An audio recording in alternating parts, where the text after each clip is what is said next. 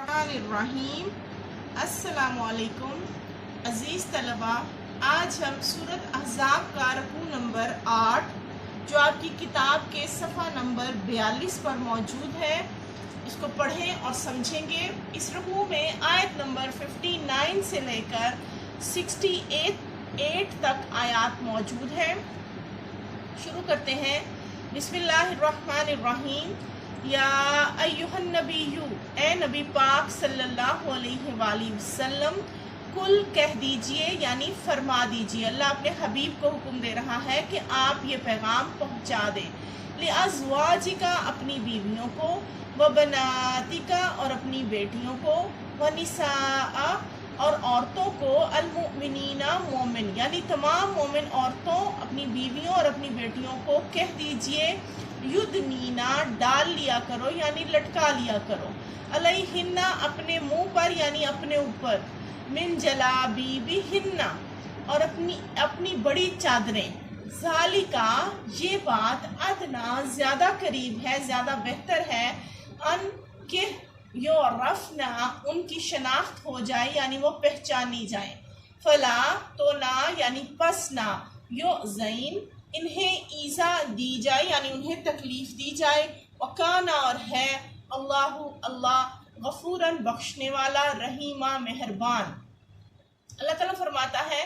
اے پیغمبر صلی اللہ علیہ وآلہ وسلم، اپنی بیویوں، بیٹیوں اور مسلمان عورتوں سے کہہ دیجئے کہ جب بھی اپنے گھروں سے باہر نکلا کریں تو اپنے منہ پر چادر لٹکا لیا کریں یعنی گھونگھٹ اوڑھ لیا کریں، گھونگھٹ نکال لیا کریں۔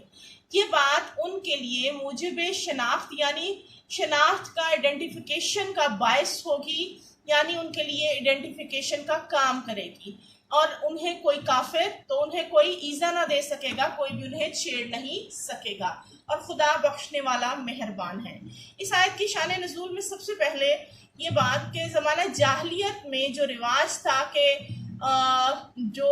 جاہل عورتیں تھیں، کافروں کی عورتیں تھیں، وہ سج دج کر گلیوں بازاروں میں گھومتی رہتی، پھرتی رہتی، اور اوباش نوجوان جو ہیں وہ انہیں مختلف قسم کی آوازیں ان پر کستے اور چھیڑخانیاں کرتے۔ حضور پاک صلی اللہ علیہ وآلہ وسلم کی بارگاہ میں مومن عورتیں حاضر ہوئیں اور کہنے لگیں کہ یا رسول اللہ، ہمارا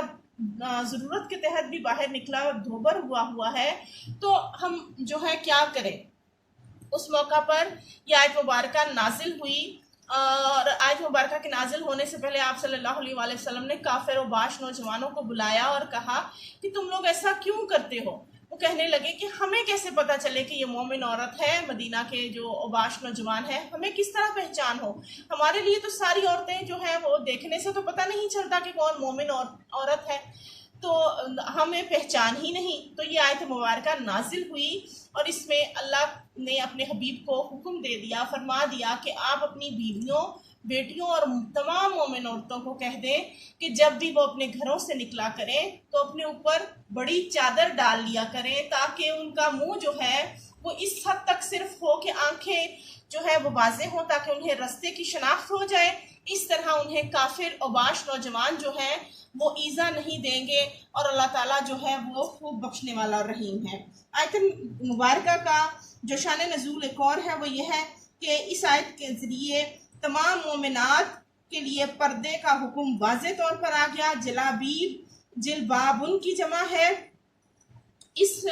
لفظ کا مطلب عربی زبان میں چادر کا ہے جس سے سر سے پاؤں تک پورا جسم چھپ جائے۔ اپنے اوپر چادر لٹکانے سے مراد اپنے چہرے پر اس طرح گھونگھٹ نکالنا کہ جس سے چہرے کا بیشتر حصہ بھی چھپ جائے اور نظریں جھکا کر چلنے سے راستہ بھی نظر نہ آئے۔ حضرت عبداللہ بن عباس رضی اللہ تعالیٰ عنہ اور تمام صحابہ کرام کا متفقہ جو ہے وہ اس کے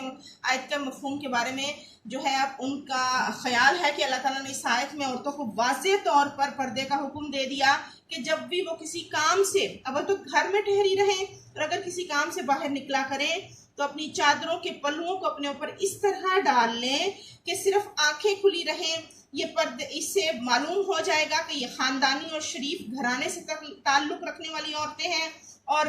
کافر اوباش نوجوان ان سے چھیڑ چھاڑ کی جرت نہیں کریں گے۔ اس کے برعکس بے پردہ عورت زمانہ جاہلیت اور غیر خاندانی ہونے کی علامت ہے۔ جو اوباشوں کی نگاہوں کا مرکز بنے گی۔ اللہ تعالیٰ پچھلی باتوں کو، پچھلے گناہوں کو بخشنے والا اور مہربان ہے۔ نمبر 60 لائن، اگر لم نہ ینتہی باز نہ آئیں المنافقون منافق لوگ والذین اور وہ لوگ فی قلوبہم جن کے دلوں میں مرض مرض ہے یعنی بیماری ہے، والمرجفون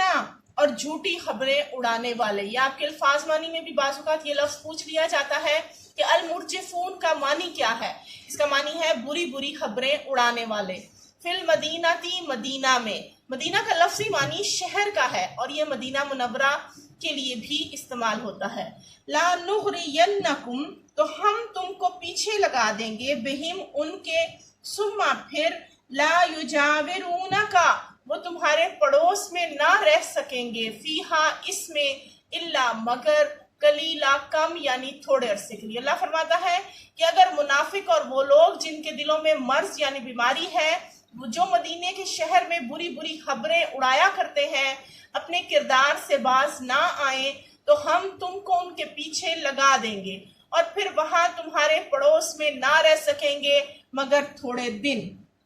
اللہ تعالیٰ اس آیت مبارکہ کا شان نزول یہ اللہ تعالیٰ نے اس آیت مبارکہ میں یہ فرمایا کہ منافقین مدینہ مسلمانوں کے حوصلے پست کرنے کے لیے جو طرح طرح کی افواہیں اور من گھڑت باتیں پھیلاتے ہیں کہ فلاں جانب سے جو ہے وہ فلاں لشکر حملہ کرنے کے لیے آ رہا ہے، کبھی کہتے کوئی بڑا لشکر آ رہا ہے مسلمانوں پر حملہ کرنے کے لیے، ان کے حوصلے مسلمانوں کے پست کرنے کی کوشش کرتے، کہتے کہ دشمن کا فلاں لشکر حملہ کرنے کے لیے بس پہنچ رہا ہے۔ بس اللہ نے فرمایا کہ اگر یہ منافقین اپنی ان حرکات سے باز نہ آئے تو ہم ان منافق اور مشرک لوگوں کو جو ہے آپ کو ان منافقوں پر غالب کر دیں گے، مسلط کر دیں گے، پھر وہ آپ مدینہ منورہ میں آپ کے پڑوس میں بھی نہیں رہ پائیں گے، انہیں باقاعدہ طور پر سب کے سامنے ان کا راز کھول دیں گے اور وہ پھر انہیں یہ شہر چھوڑ کر جانا پڑے گا۔ اس لیے خیریت اسی بات میں ہے کہ منافقین اپنی ان سازشوں اور فتنہ سازیوں سے اجتناب کریں۔ آیت نمبر 61 ہے ملعونین پھٹکارے ہوئے یعنی دھتکارے ہوئے، اینما جہاں کہیں سوکیفو پائے جائیں گے، اخذو پکڑے جائیں گے، وقتلو اور قتل کر دیے جائیں گے، تقتیلا ٹکڑے ٹکڑے کر کے۔ اللہ تعالیٰ نے اب ان کی سزا کے بارے میں باقاعدہ طور پر ارشاد فرمایا کہ وہ بھی پھٹکارے ہوئے جہاں بھی پائے گئے، پکڑے گئے اور جان سے مار ڈالے گئے۔ اللہ تعالیٰ اس آیت مبارکہ میں فرماتا ہے کہ منافقین کو ڈائریکٹ خطاب کرتے ہوئے فرمایا کہ ان منافقین پر ہر طرح کی لعنت ہوگی، پھٹکار ہوگی، جہاں کہیں بھی پائے جائیں گے تو پکڑے جائیں گے اور قتل کر دیے جائیں گے۔ اللہ فرماتا ہے کہ وہ چاہے انہیں یہاں سے نکال بھی دیا جائے یا وہ خود یہاں سے یہ مدینہ کی سرزمین چھوڑ کر چلے بھی جائیں، وہ جہاں کہیں پکڑے گئے مسلمانوں کے ہاتھوں اللہ کے حکم سے ان کو جان سے مار دیا جائے گا، انہیں قتل کر دیا جائے گا۔ گویا ان منافقین کو آخری مرتبہ خبردار کر کے اللہ تعالیٰ کی طرف سے ارشاد فرمایا جا رہا ہے کہ اپنی خبیث حرکات سے باز آ جائیں ورنہ انجام سے آگاہ کر دیا گیا ہے۔ اسلام کے پاکیزہ معاشرے میں ایسے اوباش اور بدماش قسم کے لوگوں کی کوئی گنجائش نہیں۔ اگر آئندہ منافق لوگوں نے اپنی بد فطرت سے توبہ نہ کی تو ان کے قتل کا بھی اسے اسی طرح حکم دے دیا جائے گا جس طرح اللہ تعالیٰ نے مشرکین کے قتل کا حکم دے رکھا ہے۔ اللہ فرماتا ہے منافقین کو کہ اگر تم لوگ اپنی حرکتوں سے باز نہ آئے تو جو سلوک مشرکین کے ساتھ کیا گیا ہے کہ انہیں قتل کرنے کا جہاں دیکھا گیا حکم دے دیا گیا ہے، بالکل اسی طرح جو ہے وہ تمہارے لیے بھی حکم نازل ہو جائے گا۔ اس آیت کے نازل ہونے کے بعد منافقین اپنی کج روی کو یعنی اپنی جو بری عادتیں ہیں وہ چھوڑ دیں، اس لیے قرآن پاک میں ان کے قتل کا حکم ابھی نازل نہیں ہوا اور ان کے خلاف یہ کاروائی نہیں کی گئی، لیکن اس کا حکم آ سکتا ہے اگر انہوں نے اپنی جو ہے وہ کج روی نہ چھوڑی تو۔ آیت نمبر 62 سنت اللہ، یہی سنت ہے، یہی دستور ہے اللہ کا، فی الذین ان لوگوں کے بارے میں، خلو جو گزر چکے ہیں، من قبلی اس سے پہلے، ولن اور ہرگز تاجدہ تو پائے گا،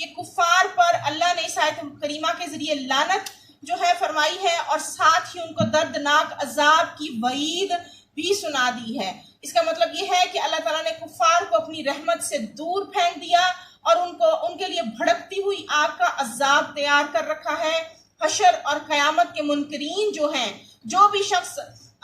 جو ہے قیامت اور حشر کے میدان میں اکٹھا ہونے کا انکاری ہے اور اس کو ایک مذاق سمجھتا ہے، تو اللہ تعالیٰ فرماتا ہے کہ جان رکھو قیامت جلد ہی آنے والی ہے اور وہ آ کر رہے گی۔ اس آیت کے ذریعے ان کو ڈرایا جا رہا ہے کہ قیامت کے دن ایسے لوگوں کا بہت برا انجام ہوگا۔ آیت نمبر 65، خالدینہ ہمیشہ رہیں گے، فیہا اس میں، آبدن ہمیشہ ہمیشہ،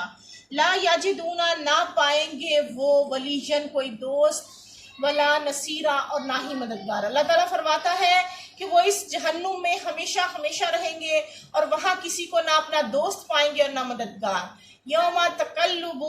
اور اس دن الٹائے جائیں گے، وجوہہم ان کے چہرے، فی النار آگ میں، یقولون وہ کہیں گے، یا لیتنا اے کاش ہم، اتانا اطاعت کرتے اللہ کی، و اتانا اور اطاعت کرتے رسول پاک صلی اللہ علیہ وآلہ وسلم کی۔ ان دونوں آیات مبارکہ کی جو تفسیر ہے وہ یہ ہے کہ یہ بدبخت کافر اور منافقین بے یار و مددگار جہنم میں ڈال دیے جائیں گے، جہاں دہتی ہوئی آگ کے شعلے ہوں گے اور اس میں ہمیشہ ہمیشہ رہیں گے۔ اس حالت میں کفار کا نہ تو کوئی دوست ہوگا اور نہ کوئی مددگار، وہاں ان کی کوئی فریاد سننے والا نہیں ہوگا، وہ جہنم میں پھینکے جائیں گے۔ اس دن وہ آگ کے منہ میں اوندھے منہ کر کے ڈالے جائیں گے۔ تب کفار یہ کہیں گے کہ اے کاش ہم نے دنیا میں اللہ اور اس کے رسول کی فرما برداری کی ہوتی اور مومنین کی طرح کاش ایمان لے آئے ہوتے، تو آج ہمارے ساتھ یہ اذیت ناک اور ذلت آمیز سلوک نہ کیا جاتا۔ لیکن اس دن کفار کا احساس ندامت جو ہے وہ حسرت کچھ کام نہ آئے گا۔ نمبر 67، وقالو اور وہ کہیں گے، ربنا اے ہمارے رب، انا اطعنا ہم نے، بے شک ہم نے اطاعت کی، حکم مانا، ساداتنا اپنے سرداروں کا، وکبراءنا اور اپنے بڑوں کا، فَأَضَلُّونَا انہوں نے ہم کو گمراہ کیا تھا، سبیلا سیدھے راستے سے۔ اللہ تعالیٰ فرماتا ہے کہ اس دن یہ لوگ کہیں گے، اے ہمارے پروردگار ہم نے اپنے سرداروں اور بڑے لوگوں کا کہاں مانا تھا، انہوں نے ہمیں سیدھے راستے سے گمراہ کیا۔ یعنی قیامت کے دن یہ لوگ جواز پیش کریں گے کہ ہم لوگوں نے تو صرف اپنے بڑوں کا کہنا مانا تھا اور اپنے سرداروں کے نقش قدم پر چلیں گے۔ اللہ فرماتا ہے کہ وہ جہنم میں داخلے کے وقت بڑی حسرت اور ندامت کے ساتھ جو ہے کہتے جائیں گے کہ ہمیں ہمارے بڑوں اور سرداروں نے سیدھے راستے سے بھٹکا کر گمراہ کر دیا۔ اے کاش ہم دنیا میں اللہ اور اس کے رسول کی نافرمانی نہ کرتے اور اس کے دین کا انکار نہ کرتے۔ حضرت طاؤس کے مطابق ساداتنا سے مراد اشرف لوگ یعنی بڑے امیر لوگ، وکبراءنا سے مراد ان کے علماء ہیں جن کی اندھی پیروی اور تقلید کر کے گمراہ ہوئے۔ آیت نمبر 68 ہے، ربنا، اس رکوع کی آخری آیت مبارکہ، ربنا اے ہمارے رب، آتیہم ان کو تو دے فینی دگنا، من العذابی عذاب، ولعنہم اور ان پر لعنت کر، لعنت کبیرہ بڑی۔ اس آیت مبارکہ کی اللہ تعالیٰ فرماتا ہے کہ اس دن وہ لوگ کہیں گے، اے ہمارے پروردگار تو ان یعنی ہمارے سرداروں اور ہمارے جو بزرگ لوگ ہیں جو ہمارے بڑے ہیں ان کو دگنا عذاب دے اور ان پر بڑی لعنت کر۔ اس دن یہ کافر اور منافق کہیں گے۔ اس آیت مبارکہ کا شان نزول یہ ہے کہ وہ کافر جس دن جہنم میں ڈالے جا رہے ہوں گے، اس کی طرف جہنم کی طرف بڑھ رہے ہوں گے، تو وہ کہیں گے اپنے رب سے کہ ہم نے تیرے رسولوں اور تیرے دعوت حق کی طرف بلانے والے دین حق کی طرف بلانے والے جو دعوت دینے والے ہیں ان کی بجائے اپنے بڑوں اور بزرگوں کی پیروی کی، لیکن آج ہمیں معلوم ہو گیا کہ انہوں نے ہمیں راہ راست سے بھٹکائے رکھا تھا۔ اے پروردگار اب تو ان کو دگنا عذاب دے اور ان پر لعنت کر، اس لیے کہ یہ خود بھی گمراہ تھے اور ہمیں بھی گمراہی پر لگائے رکھا۔ آبا پرستی یعنی اپنے آباء و اجداد کی اندھا دھند تقلید اور گمراہ لوگوں کی اندھی پیروی آج بھی لوگوں کی گمراہی کا اصل سبب ہے۔ کاش ہم ان آیات پر غور کرتے۔ اس دن کافر اور منافق کہیں گے کہ کاش ہم اس وقت ان آیات پر غور کرتے، تیرے احکامات پر غور و فکر کرتے اور اپنی اصلاح کر لیتے اور قرآن و سنت کی راہ کو اپنا لیتے۔ نجات تو صرف اللہ اور اللہ کے رسول صلی اللہ علیہ وآلہ وسلم کی پیروی میں ہے۔ یہ آیات مبارکہ، اس کے ساتھ ہی آپ کا یہ رکوع نمبر 8 جو ہے مکمل ہوا۔ آئندہ لیکچر میں رکوع نمبر 9 کے ساتھ حاضر ہوں گے۔ اللہ حافظ۔